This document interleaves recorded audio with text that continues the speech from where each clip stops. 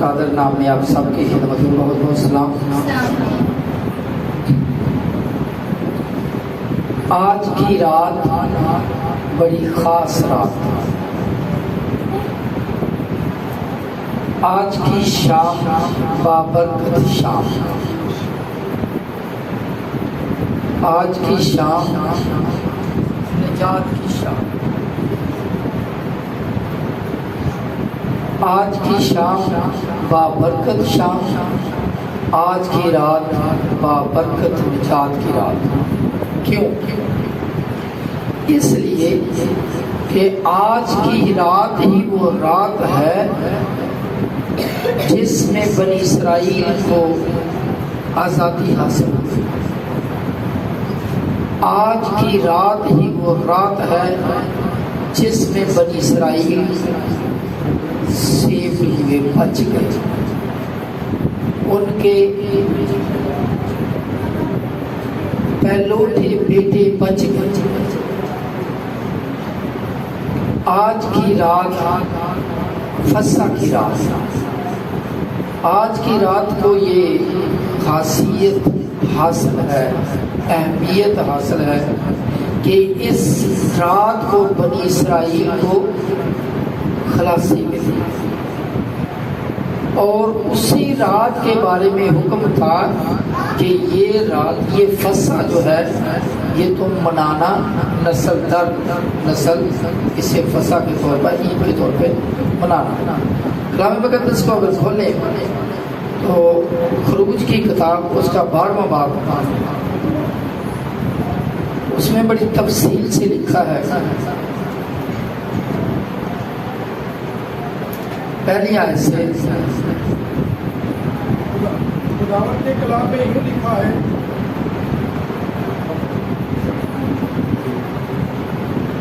خداوند کے کلام میں یوں لکھا ہے، پھر خداوند نے ملک مصر میں موسیٰ اور ہارون سے کہا کہ یہ مہینہ تمہارے لیے مہینوں کا شروع اور سال کا پہلا مہینہ ہو۔ پس اسرائیلیوں کی ساری جماعت سے یہ کہہ دو کہ اسی مہینے کے 10ویں دن ہر شخص اپنے آبائی خاندان کے مطابق گھر پیچھے ایک برہ لے، اور اگر کسی کے گھرانے میں برہ کو کھانے کے لیے آدمی کم ہو تو وہ اور اس کا ہمسایہ جو اس کے گھر کے برابر میں رہتا ہے دونوں مل کر نفری کے شمار کے موافق ایک برہ لے رکھیں۔ تم ہر ایک آدمی کے کھانے کی مقدار کے مطابق برہ کا حساب لگانا، تمہارا برہ بے عیب اور یکسالہ نر ہو، اور ایسا بچہ یا تو بیڑوں میں سے چن کر لینا، یا بکریوں میں سے چھٹی آئے، اور تم اسے اس مہینے کی 14ویں تک رکھ چھوڑنا، اور اسرائیلیوں کے قبیلوں کی ساری جماعت شام کو اسے ذبح کرے۔ کب ذبح کرے؟ شام کو اسے ذبح کرے، اور تھوڑا سا خون لے کر جن گھروں میں وہ اسے کھائیں ان کے دروازوں کے دونوں بازوں اور اوپر کی چوکھٹ پر لگا دیں، اور وہ اس کے گوشت کو اسی رات آگ پر بھون کر بے خمیری روٹی اور کڑوے ساگ پات کے ساتھ کھا لیں۔ اسے کچا یا پانی میں ابال کر ہرگز نہ کھائیں، بلکہ اس کو سر اور پائے اور اندرونی اعضاء سمیت آگ پر بھون کر کھانا، اور اس میں سے کچھ بھی صبح تک باقی نہ چھوڑنا، اور اگر کچھ اس میں سے صبح تک باقی رہ جائے تو اسے آگ میں جلا دینا۔ تم اسی طرح کھانا، اور اپنی کمر باندھے اور اپنی جوتیاں پہنے، پاؤں میں پہنے اور اپنی لاٹھی ہاتھ میں لیے ہوئے۔ تم اسے جلدی جلدی کھانا، کیونکہ یہ فسح خداوند کی ہے، اس لیے کہ میں اس رات ملک مصر میں سے ہو کر گزروں گا، اور انسان اور حیوان کے سب پہلوٹوں کو جو ملک مصر میں ہیں ماروں گا، اور مصر کے سب دیوتاؤں کو بھی سزا دوں گا، میں خداوند ہوں۔ 13ویں آیت، اور جن گھروں میں تم ہو ان پر وہ خون تمہاری طرف سے نشان ٹھہرے گا، اور میں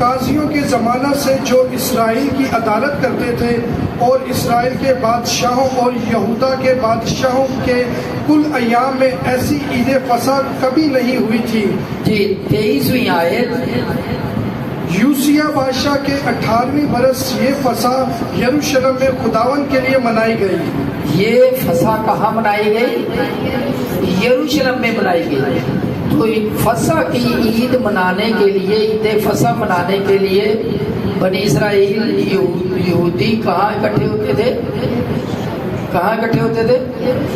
یروشلم میں اکٹھے ہوتے تھے۔ تو یسوع بھی چونکہ یہودی تھے اور یہودا کے قبیلہ سے تعلق تھا، تو اسی وجہ سے یسوع بھی قربانی عید فصح کو، یعنی عید قربان یا عید فصح منانے کے لیے کہاں پہ آئے ہیں؟ یروشلم میں آئے۔ جب یسوع یروشلم میں آئے تو انہوں نے اپنے اس کے شاگردوں نے یسوع سے پوچھا کہ ہم کہاں فصح منائیں، کہاں فصح کی تیاری کریں؟ تو یسوع نے کیا فرمایا؟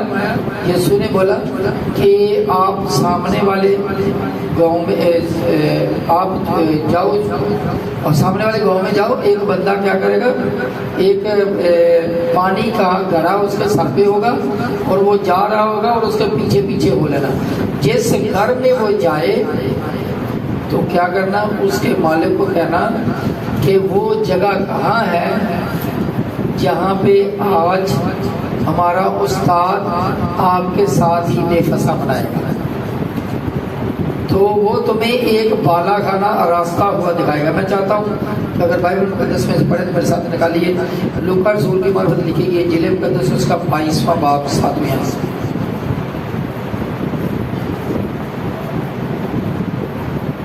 اور عید فطیر کا دن آیا جس میں فصح ذبح کرنا فرض تھا، اور یسوع نے پطرس اور یوحنا کو یہ کہہ کر بھیجا کہ جا کر ہمارے کھانے کے لیے فصح تیار کرو۔ انہوں نے اس سے کہا تو کہاں چاہتا ہے کہ ہم تیار کریں؟ اس نے ان سے کہا دیکھو شہر میں داخل ہوتے ہی تمہیں ایک آدمی پانی کا گھڑا لیے ہوئے ملے گا، جس گھر میں وہ جائے اس کے پیچھے چلے جانا، اور گھر کے مالک سے کہنا کہ استاد تجھ سے کہتا ہے وہ مہمان خانہ کہاں ہے جس میں اپنے شاگردوں کے ساتھ فصح کھاؤں۔ وہ تمہیں ایک بڑا بالا خانہ آراستہ کیا ہوا دکھائے گا۔ وہ تمہیں ایک بڑا بالا خانہ آراستہ کیا ہوا دکھائے گا۔ یسوع کو پتا تھا، دور سے کچھ نظر نہیں آ رہا کیونکہ یسوع غائب بھی تھے، ہر چیز پہ محیط ہیں، پوری کائنات پہ محیط تھے، ان کو سب پتا تھا۔ تو یسوع نے اپنے شاگردوں کو بولا کہ اس طرح ایک بندہ گھڑا لے کر جا رہا ہوگا، اس کے پیچھے ہو لینا، اور اس کے مالک سے بولنا کہ وہ جگہ کہاں ہے جہاں پہ استاد عید فصح منائے گا۔ تو پھر وہ تمہیں ایک بڑا بالا خانہ آراستہ، چھوٹا نہیں بڑا بالا خانہ، جیسے یہ جگہ اوپر والا پورشن ہے اسی طرح وہاں پہ اوپر والے پورشن کو دکھائے گا جو بڑا سجا ہوا ہوگا، کیونکہ یسوع کو پتا تھا کہ سارے لوگ عید مناتے ہیں، تو اس لیے وہ جگہ پہلے سے ہی تیار کی گئی ہے۔ جی جب وہاں پہ گئے تو انہوں نے کیا کیا، 13ویں آیت، اور انہوں نے جا کر جیسا اس نے ان سے کہا تھا ویسا ہی پایا، جیسا یسوع نے شاگردوں سے کہا تھا ویسا ہی پایا، اور فصح تیار کیا، فصح تیار کیا۔ اس کا مطلب فصح تیار کرنا پڑتی تھی، جیسے ہم پہلے پورا کافی آیات پڑھی کہ کیسے برہ کو ذبح کیا جاتا تھا اور پھر تیاری کی جاتی تھی کھانے کی، پھر وہ اس کو کھایا جاتا تھا۔ جی پھر 14ویں آیت، جب وقت ہو گیا، جب وقت ہو گیا تو وہ کھانا کھانے بیٹھا اور رسول اس کے ساتھ بیٹھے۔ جی یہ وہی آپ نے کبھی کچھ کئی جگہ پہ دیکھا ہوگا کہ مسیح کی ایک تصویر ہے آخری کھانا کی، بہت سارے لوگ اسے بڑا پسند کرتے ہیں، تو اس میں لکھا ہے کہ اس میں جو یہ دکھایا گیا کہ یسوع ہے درمیان میں اور سائڈوں میں اس کے شاگرد بیٹھے ہوئے ہیں، تو یہ وہی آخری کھانے کی تصویر ظاہر کرتی ہے کہ جب وقت پورا ہو گیا اور وہ کھانا کھانے بیٹھا اور رسول اس کے ساتھ بیٹھے. جی اس نے ان سے کہا مجھے بڑی آرزو تھی کہ دکھ سہنے سے پہلے یہ فصح تمہارے ساتھ کھاؤں. جی مجھے بڑی آرزو تھی کہ دکھ سہنے سے پہلے فصح تمہارے ساتھ. کیونکہ یہ دیکھیں یہ کیسی میچنگ ہو رہی ہے کہ جس طرح رات کو فصح منائی جاتی تھی اور پھر اگلے دن عید کا دن سمجھا جاتا تھا، سیم اسی طرح جب فصح کے وسیلہ سے اس برہ کے لہو کے وسیلہ سے جیسے بنی اسرائیل قوم نے نجات پائی، اسی طرح آج کے دن جب یسوع نے فصح کھائی تو یسوع نے ساتھ ہی فرما دیا. تھوڑا سا آگے جائیں گے تو پڑھیں گے اپنے بدن کے بارے میں، اپنے لہو کے بارے میں، کہ جس طرح برہ کا لہو استعمال ہوا چوکھٹوں پہ، ویسے برہ کی طرح یسوع کا لہو کیسے استعمال ہو رہا ہے. جی پڑھیے گا 15 آیت سے، 16 سے پڑھتے ہیں. کیونکہ میں تم سے کہتا ہوں کہ اسے کبھی نہ کھاؤں گا جب تک وہ خدا کی بادشاہی میں پورا نہ ہو. پھر اس نے پیالہ لے کر شکر کیا اور کہا کہ اس کو لے کر آپس میں بانٹ لو، کیونکہ میں تم سے کہتا ہوں کہ انگور کا شیرہ اب سے کبھی نہ پیوں گا جب تک خدا کی بادشاہی نہ آ لے. پھر اس نے روٹی لی اور شکر کر کے توڑی اور یہ کہہ کر ان کو دی کہ یہ میرا بدن ہے جو تمہارے واسطے دیا جاتا ہے. یہ میرا بدن ہے جو تمہارے واسطے دیا جاتا ہے. وہاں پہ جو برے کا بدن تھا اس کو کھایا جاتا تھا. جو برے کا بدن تھا اس کو کیا کیا جاتا تھا؟ کھایا جاتا تھا. جو فصح کی تیاری میں استعمال ہوتا تھا برہ، اس کے گوشت کو کیا کیا جاتا تھا؟ کھایا جاتا تھا. جی اور اس کے لہو کو کیا کیا جاتا تھا؟ اپنے دروازوں کے چوکٹوں کے اوپر لگایا جاتا تھا. یہاں پہ یسوع نے کیا کیا ہے؟ یسوع نے روٹی لی اور توڑی. جی پڑھیے گا. اور شکر کر کے توڑی اور یہ کہہ کر ان کو دی کہ یہ میرا بدن ہے جو تمہارے واسطے دیا جاتا ہے. میری یادگاری کے لیے یہی کیا کرو. میری یادگاری کے لیے یہی کیا کرو. یہی کیا کرو؟ یعنی اشعیا بانی کو کیا کرو؟ منایا کرو. ایسے لوگ، ایسی ڈینامینیشن، ایسے لوگ جو سمجھتے ہیں کہ یہ اس وقت کی بات ہے، اسی وقت کے لیے تھی، وہ جان لیں کہ یسوع نے حکم دیا ہے کہ میری یادگاری کے لیے یہی کیا کرو. یہ نہیں کہا کہ اس طرح کر لینا چاہیے، بلکہ یہ لکھا ہے میری یادگاری کے لیے یہی کیا کرو. یہی وجہ ہے کہ بہت سارے کرسچن لوگ اشعیا بانی کو مناتے ہیں اس حکم کو پورا کرنے کے لیے جو یسوع نے فرمایا کہ میری یادگاری کے لیے یہ کیا کرو. یہ ہم پر فرض ہے، یہ حکم ہے ہمارے لیے کہ یہ کرنا چاہیے. کیا کرنا چاہیے؟ اشعیا بانی میں شریک ہونا چاہیے. ہاں جی پھر آگے کیا لکھا؟ پھر اور اسی طرح کھانے کے بعد پیالہ یہ کہہ کر دیا کہ یہ پیالہ میرے اس خون کا نیا عہد ہے جو تمہارے واسطے بہایا جاتا ہے. مگر دیکھو میرے پکڑوانے والے کا ہاتھ میرے ساتھ میز پر ہے، کیونکہ ابن آدم تو جیسا اس کے شکریہ جی. پھر پیالہ لے کر اس کے بعد پیالہ یہ کہہ کر اس کے بعد پیالہ یہ کہہ کر دیا کہ یہ پیالہ میرے اس خون میں نیا عہد ہے. پہلے یسوع نے اپنا بدن دیا، روٹی توڑی، کہا یہ میرا بدن ہے جو تمہارے واسطے دیا جاتا ہے. پھر اگر دوسری جگہ پر پڑھے تو اس میں لکھا ہے یہ میرا لہو ہے جو تمہارے واسطے، میرا خون جو تمہارے واسطے بہایا جاتا ہے. تو یسوع کا بدن ایک اور جگہ پہ لکھا ہے کہ یسوع کا بدن فی الحقیقت کھانے کی چیز اور یسوع کا لہو فی الحقیقت پینے کی چیز ہے.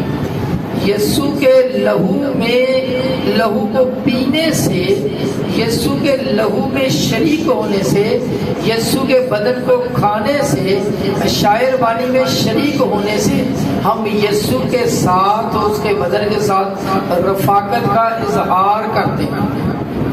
اور یہ آج کا موقع، یہ شام، فسح کی شام، یہ یاد دلاتی ہے کہ یسوع نے اسی فسح کی یاد کو تازہ کیا جس کا ذکر خروج 12 باب میں ہے، جو بنی اسرائیل کو حکم ملا تھا۔ اس فسح کے وسیلہ سے بنی اسرائیل کو محفوظ کیا گیا، ان کے جو ان کے بڑے بیٹے تھے، پہلوٹے تھے، اس برہ کے لہو سے محفوظ ہوئے۔ آج یسوع کے لہو سے صرف ہمارے پہلوٹے ہی نہیں بلکہ ہم سب پورا کا پورا خاندان جو یسوع کے لہو کو لیتا ہے اپنے اوپر اور اس کے خون اور گوشت میں شریک ہوتا ہے، وہ محفوظ ہو جاتا ہے۔ اس برہ کے لہو سے صرف پہلوٹے محفوظ ہوئے اور آزادی ملی، لیکن یسوع کے لہو سے خاندانوں کے خاندان محفوظ ہوتے ہیں، اور یسوع کے لہو کے وسیلہ سے ہم نجات پاتے ہیں۔ اور یسوع کا لہو ہی ہمیں، جس طرح اس کا چوکھٹ پر لگانے سے موت کا فرشتہ اس گھر میں داخل نہیں ہوا، اسی طرح جو یسوع کا لہو اپنے اوپر لیتا ہے، اپنے اندر لیتا ہے، وہ گناہوں سے بچ جاتا ہے۔ ایک تو وہ بدنی طور پر محفوظ ہو جاتا ہے، بلکہ یسوع کے لہو کی یہ خاصیت ہے کہ وہ روح کو بھی سیو کر لیتا ہے۔ پریز اللہ، صرف بدن کو ہی نہیں بلکہ وہ روح کو بھی محفوظ کرتا ہے۔ اور وہ پھر کیا کہتا ہے، تو آج ہی میرے ساتھ فردوس میں دیر ہی نہیں لگاتا۔ یسوع کا لہو ایک فرد کو نہیں، ایک خاندان کو نہیں بلکہ پوری بنی نوع انسانیت کے لیے ہے اور محفوظ کرنے پر قادر ہے۔ خدا کا شکر ادا کرتے ہیں، خدا کے کلام کے لیے، اس کے زندہ لہو کے لیے، اس کے بدن کے لیے جو اس نے ہمارے لیے دے دیا۔ اور ہم پر یہ فرض ہے کہ ہم اس کی یادگاری میں یہی کیا کریں۔ خدا یسوع آپ سب کو بڑی برکت بخشے۔